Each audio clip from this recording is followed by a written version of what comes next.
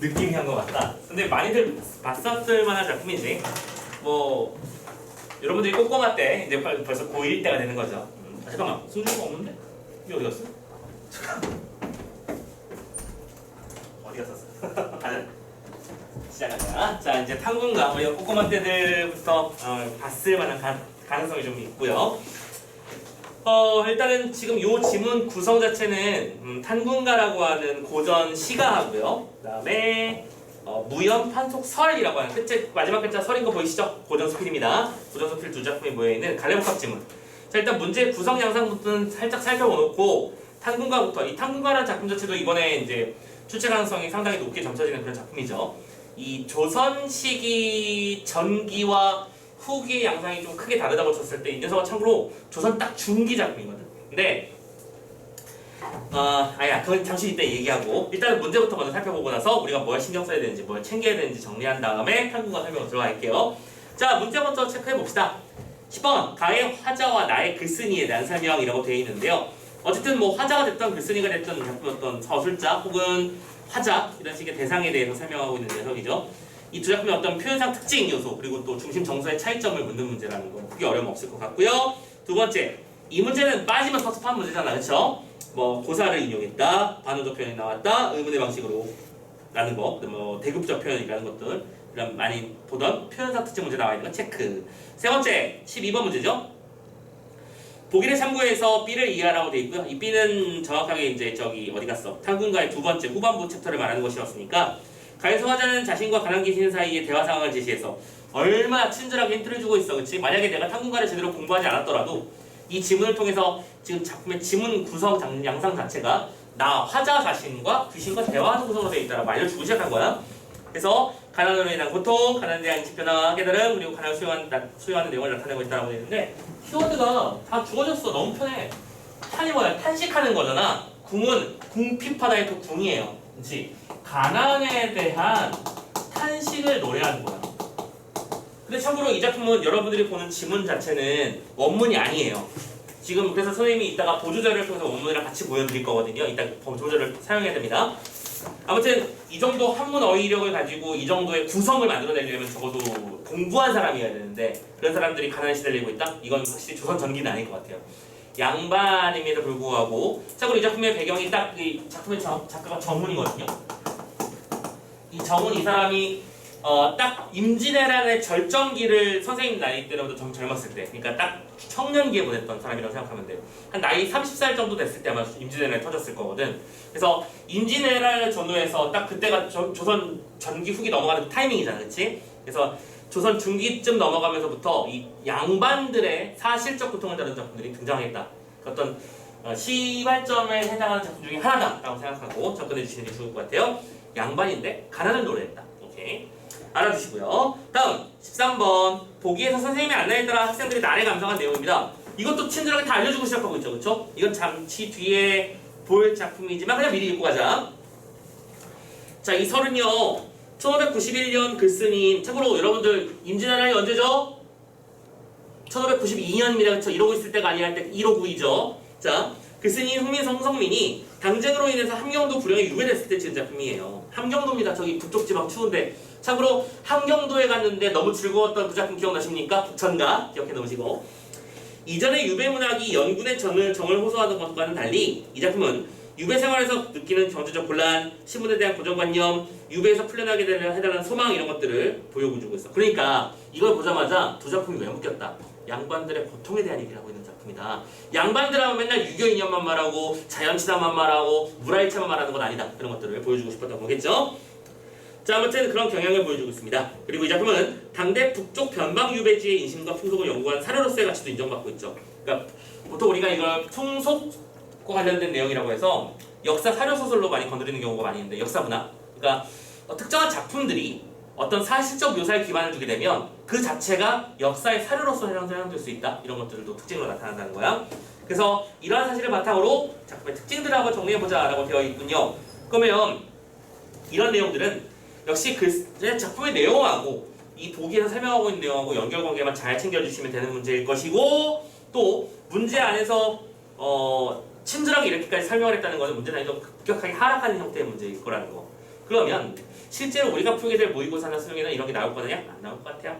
그러진 않을 것 같습니다. 너무 쉽게 해결되어 있죠. 그리고 마지막 14번도 역시 구절의 의미 파악하는 문제니까 이 산문문학에 반드시 등장하는 문제. 문제 구성이 표준적이죠. 그죠? 서술상 특징이나 표현상 특징 문제 내고요. 내용 구절의 의미 파악 문제 내고요. 보기 적용 문제 냈습니다. 딱 모범적이에요. 자, 그럼 우리가 할 때 딱 하나뿐이네. 작품을 명확하게 이해하는 것뿐인데요. 자, 이렇게 하기를 권합니다. 여러분 한쪽에 이 탄군과 원문을 그러니까 수능 완성 지문을 동시에 넣으시고요. 보조 자료를 탄군과랑 같이 펼쳐 놓으세요. 그래서 선생님은 원문으로 읽겠습니다. 근데 여러분들은 눈으로는 원문과 수능 완성의 해석, 그러니까 완역 버전이라고 표현해야 될까? 완역이랑 동시에 진행을 할 테니까 선생님의 원문 해설을 같이 따라오면서 챙겨주시면 좋겠습니다. 오케이? 자, 상문 내용 한번 시작해 볼게요. 제목의 의미는 이미 설명드렸고요. 양반의 어떤 삶을 사실적으로 표현하는 작품. 이렇게 생각하면 좋다. 참고로 이 작품은 유배다 맞다 그런 거 고민할 필요가 없습니다. 그냥 가난한 거야. 삶 자체가. 그래서 그 가난을 고통스럽게 여기고 하지만 그 가난 속에서도 이걸 어떻게 받아들여야 하는가라고 쓴다면 참고로 이 작품은 시작할 때는 사실적인 양반 문학 작품이지만 끝날 때는 갑자기라는 표현 좀 그런데 물화일체로 끝나고 있으니까 그런 거 염두에 두시면 좋겠어요. 자, 원문 같이 갑시다. 하늘이 삼기다는 생기다라는 뜻인 거 알고 있지? 하늘이 생겨남을 만드남을 일정 고로 하려마는 저 하나님께서 이 세상의 만물을 창조하실 때 모든 것을 고르게 했을 텐데 어찌한 인생이 이대도록 고초하고 근데 분명히 근데 문제는 나의 인생 이거는 화자의 인생이죠. 인생이 뭐예요? 고초스럽대요. 고초를 겪다라는 말 들어본 적 있죠? 고생스럽냐? 나는 왜 이렇게 고통스러운가? 라고 물어보면서 무슨 법? 서리법 써서 보는 것입니다. 참고로 이제 후에는 서리법이 우후 죽순처럼 미친 듯이 나올 거예요. 근데 서리법의 정의가 뭔지 알고 있을 테니까 그냥 이제는 서리법은 처음에만 얘기하지 않는 걸로 계속 나옵니다. 아무튼 인생이 고달프답니다. 왜 고달픈데요? 삼순구식을 얻거나 못 얻거나 라고 돼 있어. 삼순구식 많이 듣던 말 아니야?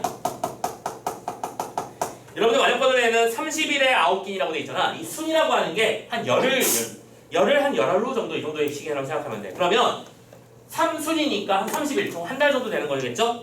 한 달 보름 정도 아닌 거야. 한 35일 정도 생각하면 돼요. 35일 동안 총 9끼 먹은 거예요. 그쵸? 그럼 뭐야? 배고픔을 말하는 것이겠죠? 가난을 상징하는 단어야. 하나.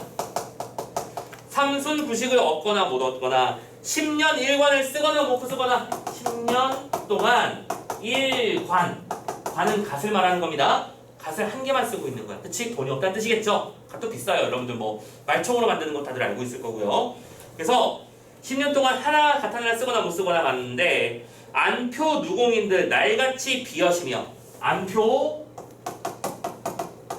누공과 이건 뭐 한 거야? 자, 이거 두 개는 자기 자신의 어떤 상황을 말해주는 사자성어고 안표 누공은 그 비교로 쓰인 겁니다. 안표라고 하는 사람의 안표가 자주 비었다고 하는데 비었다는 얘기는 뭐냐면 표주박인데 여러분들 표주박 하면 뭔가 떠오르는 거 없어? 단표 누함 딱 떠올라야죠. 그렇죠? 한 표주박에 물과 음식 하나면 난 충분하다 이런 말. 그러니까 뭐야? 가난한 안빈낙도의 삶을 안표라고 하는 겁니다.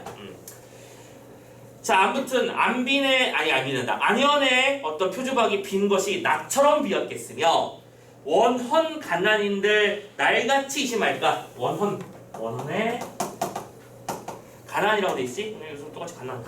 참고로 이거 니들 알고 있는지 모르겠는데 지금 원문이 갓난이라고 돼 있잖아. 이 갓난이 우리가 알고 있는 가난이에요.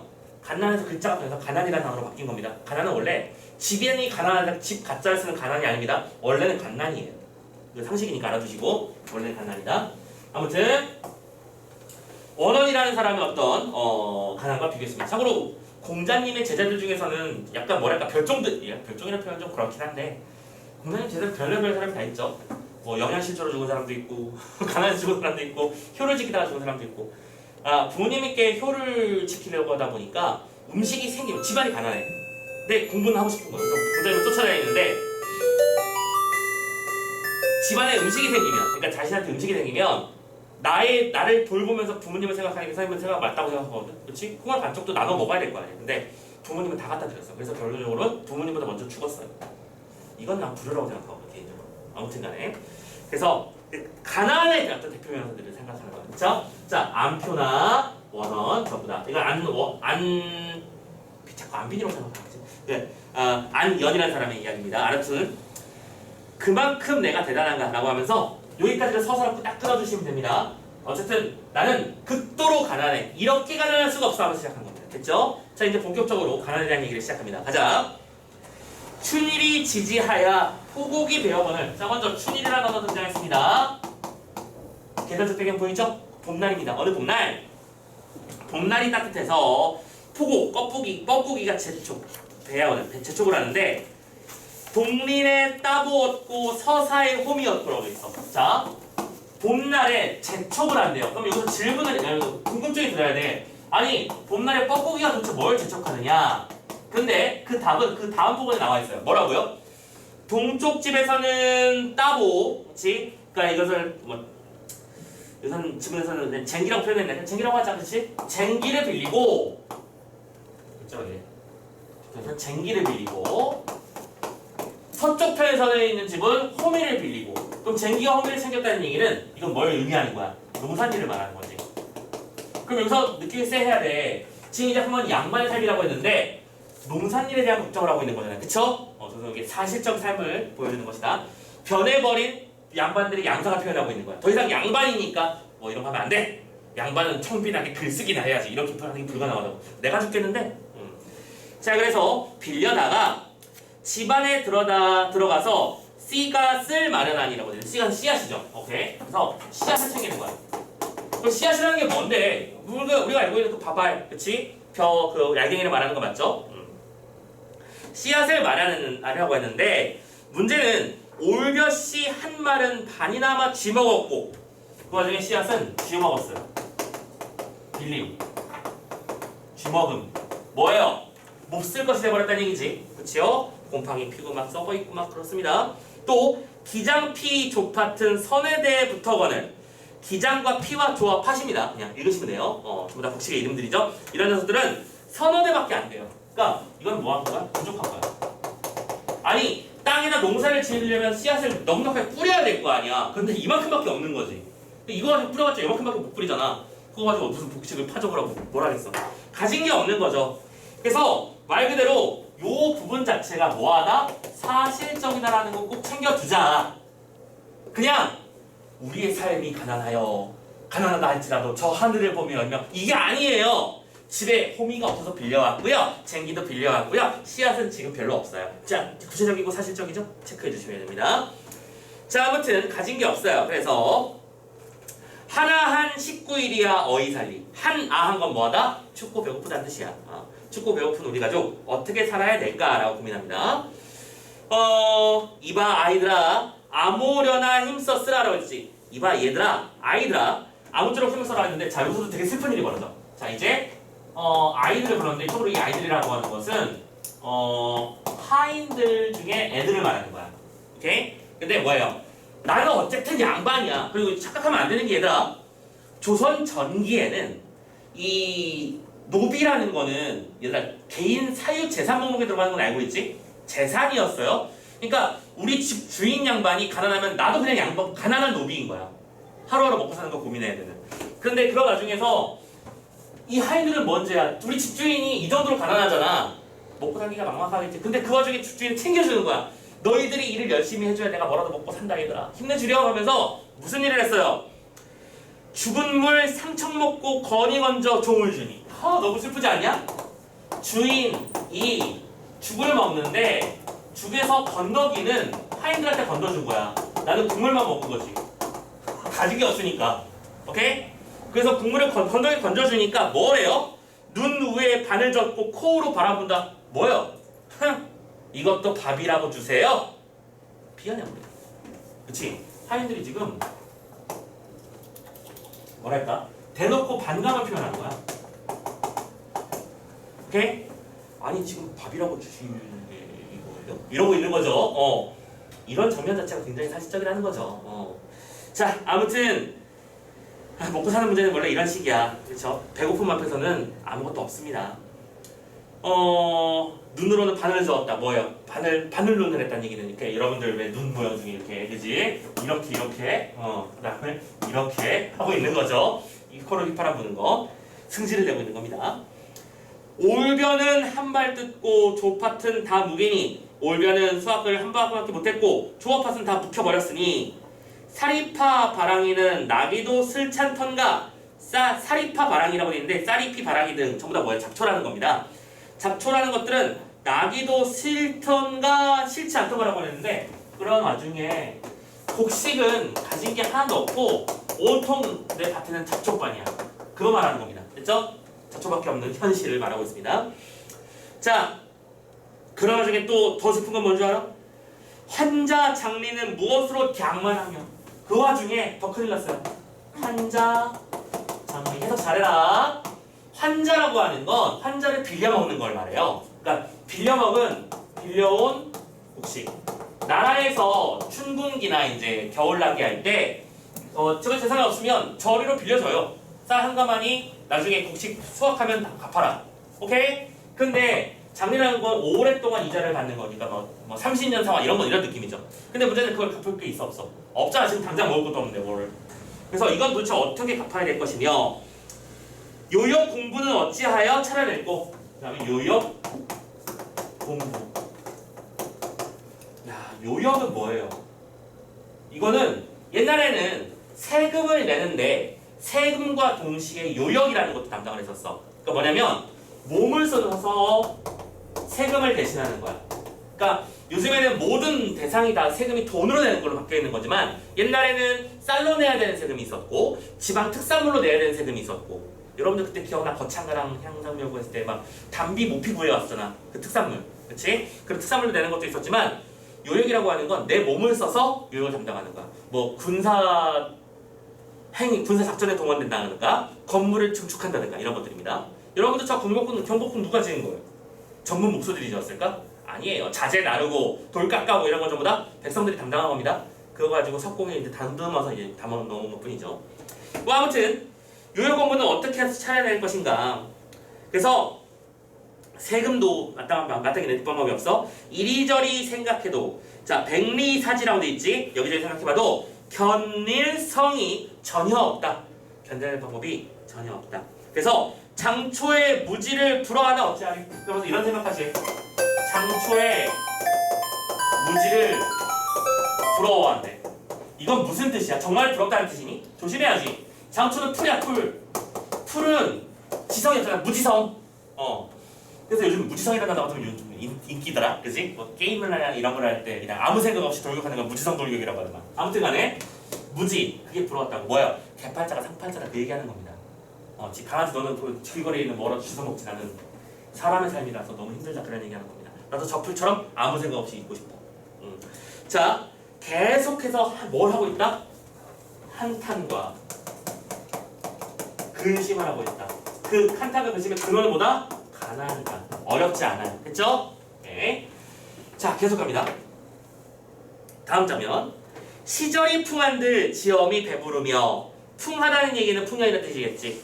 그러니까 지엄이는 아내, 지압이는 남편인 걸 알고 있지. 시절이 풍년이라고 해서 내 아내 배부르게 먹을 수 있으며 또 어디서 겨슬을 덮자 한들 몸을 어디 가리울고 겨울을 따뜻하게 보내고 싶어도 몸을 가릴 방법이 없대요. 역시 갓도 10년 동안 하나만 썼는데 뭐 말 다 있지.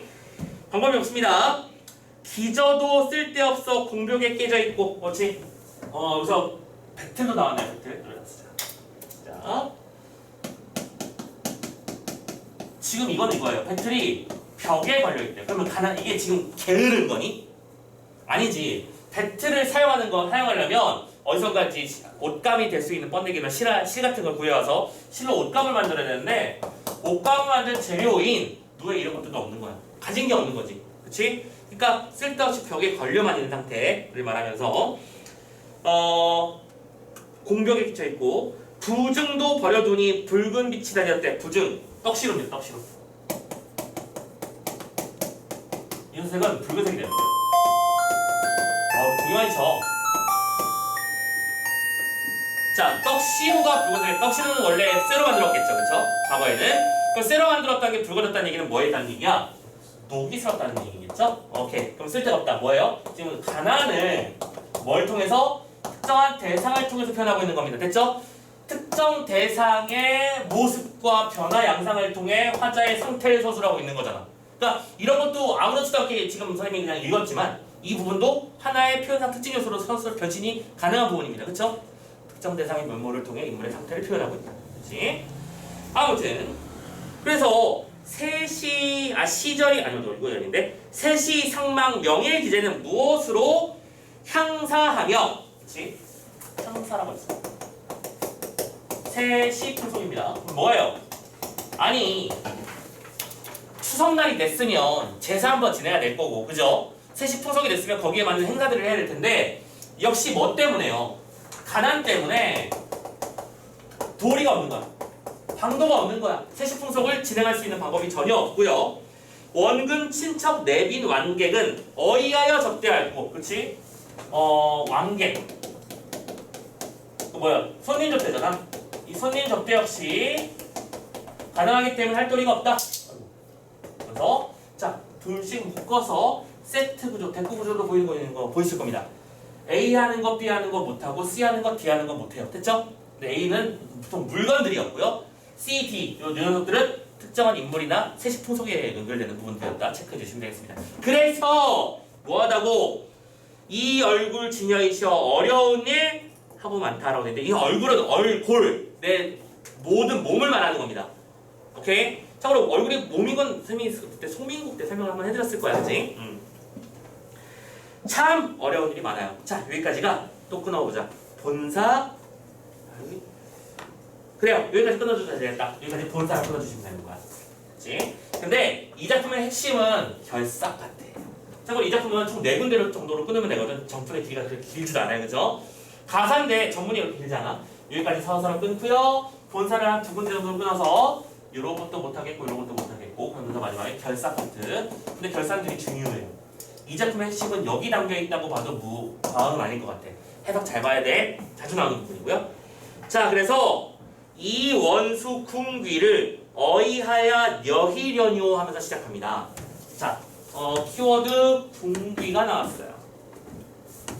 궁귀 뭐예요?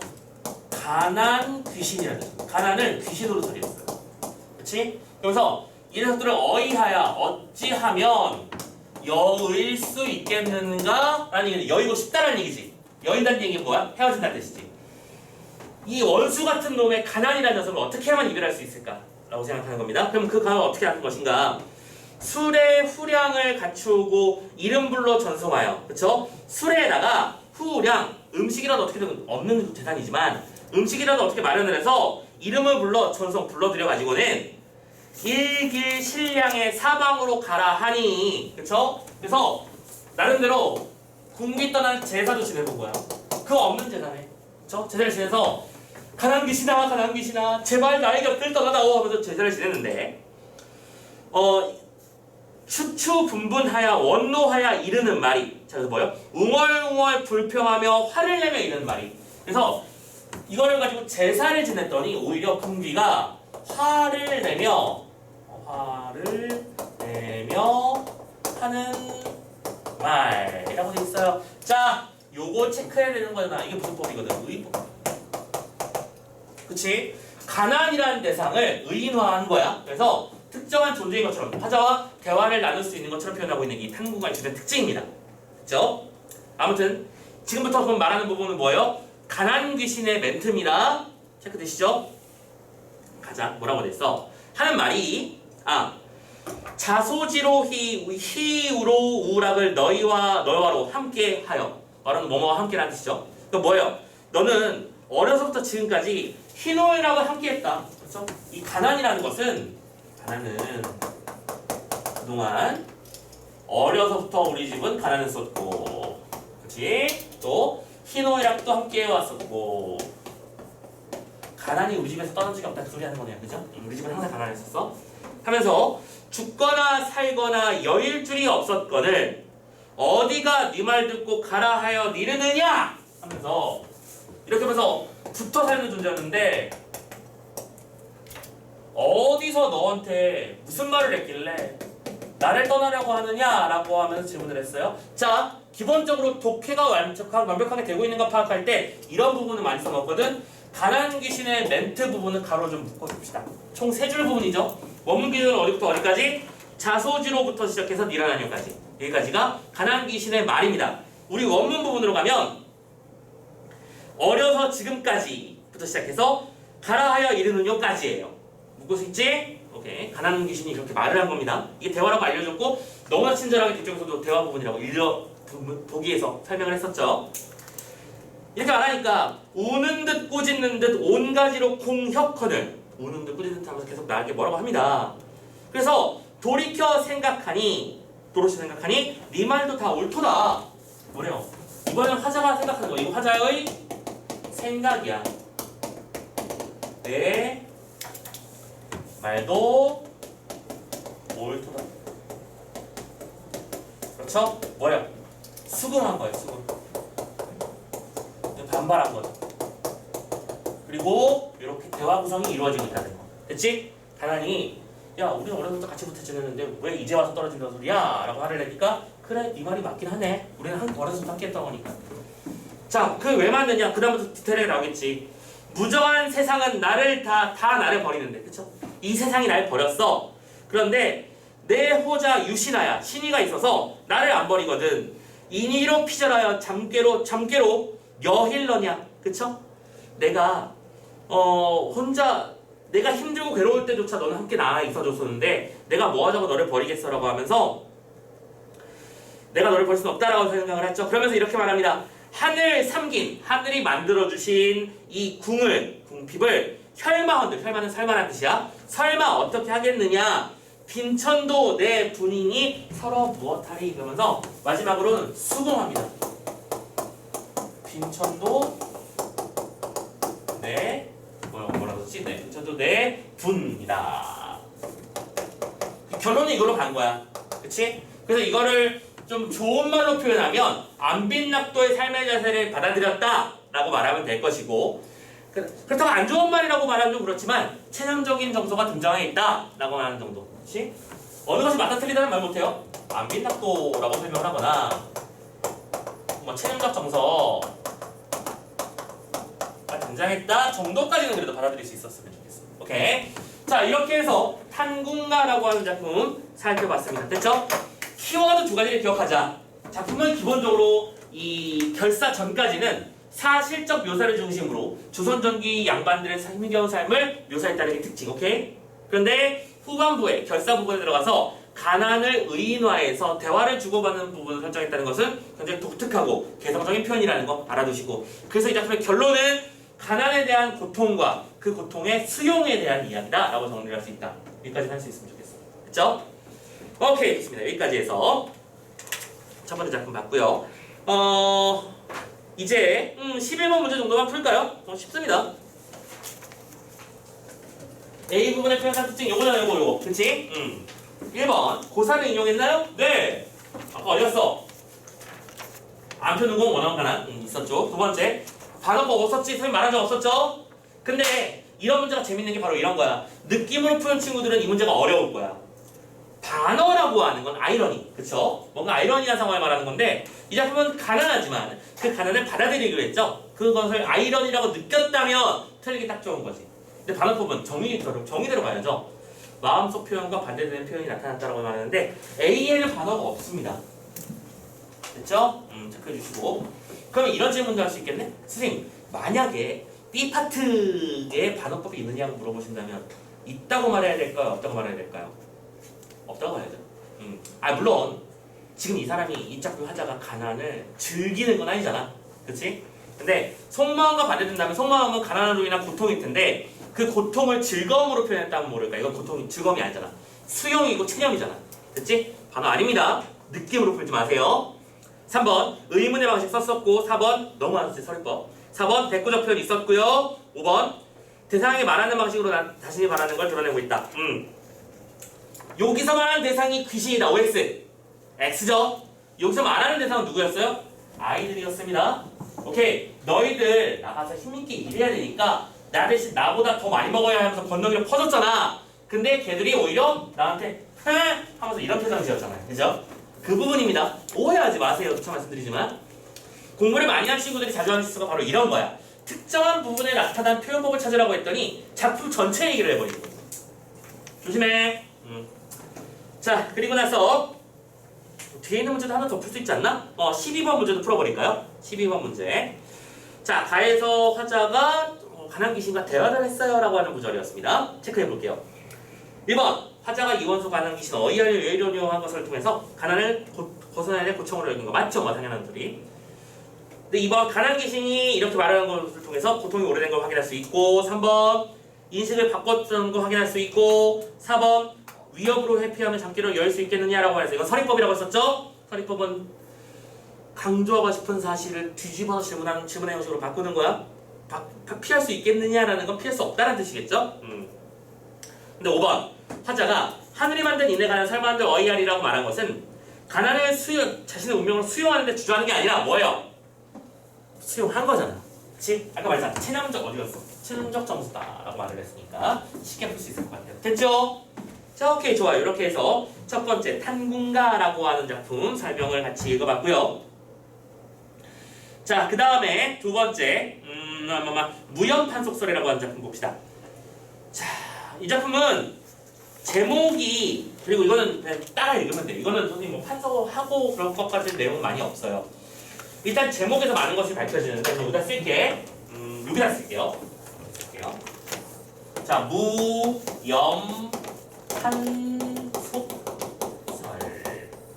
설이라는 건 기본적으로 고전 수필갈래인 건 알고 있죠? 그럼 고전 수필갈래이니까 소재에 대한 인물의 태도를 판단하는 게 되게 중요할 텐데 결론부터 다 말해주고 시작할게요. 이 작품의 내용은 염이 뭐야? 염. 소금이죠? 소금 장사를 통해서 먹고 산 이야기라고 했어요.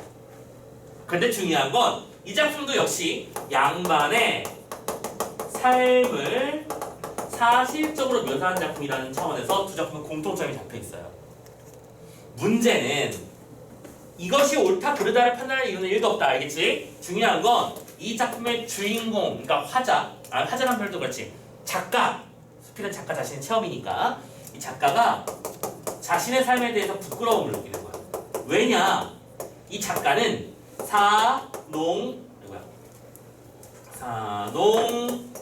사농공상의 계급인식을 정확하게 가지고 있는 작품이거든요. 약간 어떤 작품이 떠오르냐면 허생전 떠올리면 딱 좋아요. 허생이 아내의 바가지를 보니까 나가서 돈을 벌잖아. 그리고 나서 내가 이 원수 같은 돈을 벌자고 그렇지 하면서 막 돈 막 버리고 다니고 그렇지? 백성을 구휼한 다음에 남은 돈 다 변시해서 줘버리잖아. 그러면서 내가 부끄러운 일을 했다라고 말을 합니다. 마찬가지예요. 자신의 삶을 자신의 어떤 그러니까 장사치 일을 부끄러움을 여긴다는 거. 그럼 이 작품은 이게 준비된 특징이라는 걸 알고 시작하면 되는 거야. 됐지? 오케이. 그냥 너무나 사실적인 이야기, 옛날 이야기처럼 느낌이 들어오기 때문에 쭉쭉 따라가기만 하면 잘 된다. 가자. 불영의 유배 온 지 몇 달 만입니다. 자, 유배를 왔어요. 참고로 유배를 왔다는 얘기는 분명히 이제 유배문학, 유배 작품이라는 걸 확인할 수 있는 거죠. 이건 수필입니다. 몇 달 만에 돈이 다 떨어졌어요. 먹을 게 없죠. 당연히 지금까지 돈 벌어먹던 월급은 1도 안 나올 것이고, 그죠? 참고로 누차말하지만 유배 가서 막 나중에 여러분들 뭐였죠? 만원사 이런 작품 보면 그렇지 막 빌려오고 막 거지 노릇하고 난리도 아니잖아요, 그지? 구걸도 하고 그렇습니다. 돈이 없으니까 주민에게 이도를 했더니 이렇게 대답을 했어요. 바닷가는 곡식은 비싸고 소금이 싸지요. 근데 오랑캐 땅은 곡식은 많고 소금이 부족하거든요. 바닷가에서 소금을 사세요. 그 다음에 오랑캐에게 팔고 곡식을 그 돈으로 다시 사세요. 하면 그 값은 원래 곡식이 몇 배는 낼 것이니까 풀칠은 가능하실 겁니다. 걱정 마세요 라고 말했죠. 자, 이거 체크해 놓으세요. 처음에 이 말을 듣고서 나는 이것은 장사꾼이 하는 일이니 참아할 수 없다고 한동안 주저했다. 주저하다라는 키워드 잡아놓으세요. 그러니까 이 장사꾼으로서의 일에서 첫 번째 대응은 주저하는 거야. 왜? 자신의 세계관과 맞지 않거든. 이 양반이 감히 장사일을. 근데 배에서는 꼬르르 소리가 나고 아이종은 성을 냈죠. 봐봐, 유사한 상황이 나왔죠. 여기서도 아이종이 성을 내는데 여기서는 하인이 아까 이 표정하는 그 장면이었죠, 그죠? 오케이, 똑같습니다. 자, 그래서 잠시나마 죽지 않기 위해 그 방법대로 하려니 얼굴이 붉어지고 마음 편치 않아. 당연한 소리. 그리하여 아이종을 시켜서 몇 마리 곡식을 가지고 90리 떨어진 바닷가에 가서 소금을 사오겠습니다. 소금이 10마리 생겼네요. 이 소금을 이번에 말에 싣고 120리 떨어진 북간으로 가서 곡식을 사오러 갔습니다. 그런데 곡식이 20마리 늦어서 이렇게 생겼죠. 그러니까 처음에는 소금 10마리로 곡식 20마리 만들어낸 거네, 그치? 전부 다 어쨌든 이득을 봤어요. 이 소금을, 길을 오가며 사고 팔 때마다 반달씩 거리기 때문에 내 말도 지쳤고 아이종도 지쳤지만 내 배는 굶주리지 않게 되었어. 결국 소금 장사로 굶주림에서 벗어나게 되었다. 먹을 것이 모자랐을 때는 온 집안 사람들이 성을 내고 사람다운 모습을 볼 수 없었다. 그렇지, 이거는 기본적인 욕망을 제한한 거니까요. 곡식을 가지고 갈 적에는 이렇게 당부했다. 먹을 것이 다 떨어졌으니 너는 이틀 안으로 소금을 사오너라. 그리고 싣고 갈 때는 이렇게 말했죠. 굶주림지 오래다. 제발 빨리 갔다 와라. 그렇죠. 그리고 아이정이 떠난 뒤로는 손가락을 꼽아가며 나를 계산하면서 돌아오게 되었습니다. 여기까지 갔겠지? 여기까지 갔겠지? 아이정이 곡식을 사오자 집안 사람들은 모두 곡식을 둘러싸고 오면서 얘기를 했습니다. 아, 드디어 곡식이다. 우리도 연명이 가능해졌어.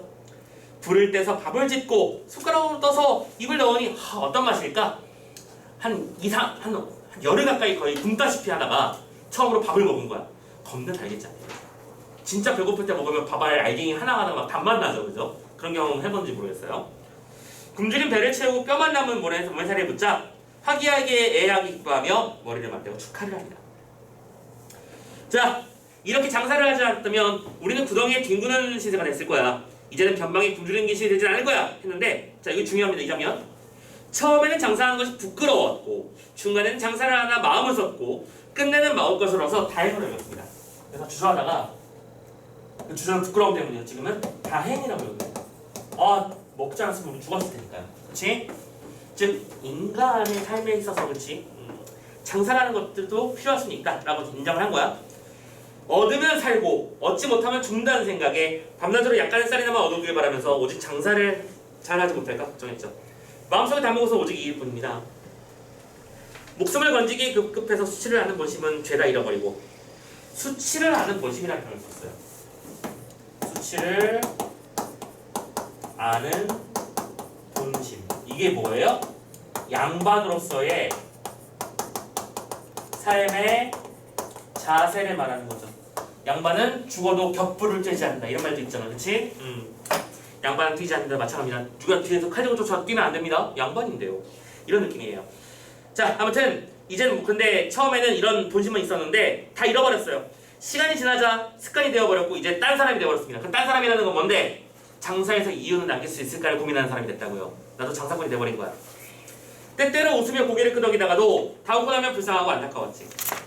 자, 그러면서 이런 말을 합니다. 천지사에 사는 막생 백성은 오직 사농상고뿐이다 라고 했는데, 사농공상 말하는 겁니다. 그죠?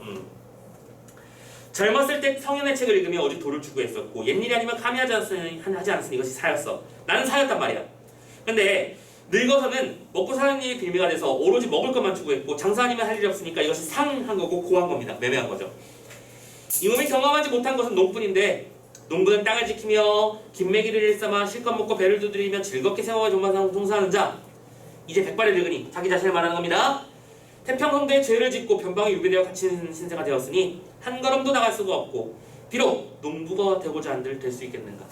내가 끝에서 끝을 해봤다는 거야. 그럼 이제 뭐예요? 남은 거는 이 중간이 농이라도 됐으면 좋겠다는 희망을 보여주는 거죠. 옛날의 선비는 경전과 역사책을 인용하여 도덕과 이치를 얘기했죠. 성인의 머리를 배운다는 생각으로 임금을 성군으로 만들고 백성에게 은덕을 베풀어 차츰 3대 이전의 세상으로 만들고자 했는데, 이때 이 3대라고 하는 거, 그지? 여러분들 뭐 하나라 은나라 이런 때 태평성대라는 단어로 많이 표현되는 요순임금 때를 말하는 겁니다. 그런데 그렇게 했는데 장사꾼에게 침을 뱉고 농부를 멸시하며 감히 입에 올리지도 않고 천지사회를 여겼지. 그러니까 이게 뭐예요? 이 작품의 한계라고 표현은 좀 그렇고 지금과는 다른 차별의식입니다. 오케이? 양반이라는 존재는 너무나 높고 고유한 존재라서 장사치처럼 먹고 사는 거에 급급하면 안 되고, 그렇지? 농산일에 손에 흙을 묻히면 안 된다는 거야. 그게 바로 차별의식이죠. 근데 지금 살아보니까 다르더라 이거죠. 근데 중요한 건 그 다름에 대해서 그래 다를 수도 있지라고 인식하고 받아들이고 수용하는 태도를 보인 게 아니야. 이건 뭐 하는 거지? 부끄러워하고 있어. 그 뭐예요? 이 두 작품의 결정적 차이점이기도 해요. 아까 이 갓한 누군가에서는 그냥 이 가난도 그냥 받아들이고 이렇게 살아야지 뭐 라고 생각했다면, 그러면 그 가난 속에서 장사라고 하는 수단을 생각했던 자기 자신을 부끄러워하면서 괴로워하는 내용이 핵심이라는 겁니다. 자, 그래서 지금도 장사를 하면 달기 여기고 농부로 말하자면 감히 바랄 수도 없어. 왜? 내가 낮은 단계로 떨어졌으니까 농부도 높다고 생각하는 거야. 그럼 뭐야? 계급식이 분명히 존재하는 거죠. 사람이 이 세상에서 살면서 푸른 하늘에 오르는 것도, 그 다음에 구덩이에 떨어지는 것도 잠깐 사이에 전부 다 벌어지는 일들이야. 몸이 굴복하면 마음도 굴복하는 법. 이 몸으로 장사를 일삼으니 내가 부끄럽고 내가 우습고 내가 불쌍하고 내가 안타깝지. 내가 생각하며 바라는 점은 이것이야. 성상, 임금님이야. 임금님의 어떤 덕은 하늘과 높으니, 하늘처럼 높으니, 만약 개미처럼 미천한 내가 시골의 농부가 되는 것을 허락해 주신다면, 그리고 참고로 농부가 된다는 얘기는 무슨 뜻이야? 유배에서 해지되는 걸 말하는 겁니다. 참고로 유배 신세에서는 아무런 행동도 불가능합니다. 그쵸? 자기가 특정한 지역 밖으로 나가는 것 자체가 불가능한 거야. 그러니까 애한테 시키는 거지. 맞지? 이게 나는 고귀한 존재라서 아이한테 시켰다 그 뜻이 아닙니다. 나가면 큰일 나요. 그러면 유배 중이니까.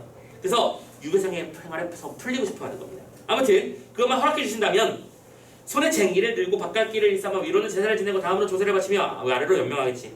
그래서 그렇다면 미천한 내가 살 곳을 얻어서 태평성대 성상 임금님을 칭송하는 사람이 되겠지. 역군은이란 말 또 쓰고 있는 그런 거지 뭐. 그래서 소공이 농사를 강조한 것은 치세의 좋은 세상에서 공을 이룬 일이었지. 나는 유배되어 있으면서 이런 생각을 했으니 이 또한 몹시 어리석은 짓이야. 그 무슨 소리예요? 하지만 나의 이런 꿈도 쉽게 이루어질 일은 없다. 유배가 한번 결정되면 지난번에 한번 말씀드렸었나?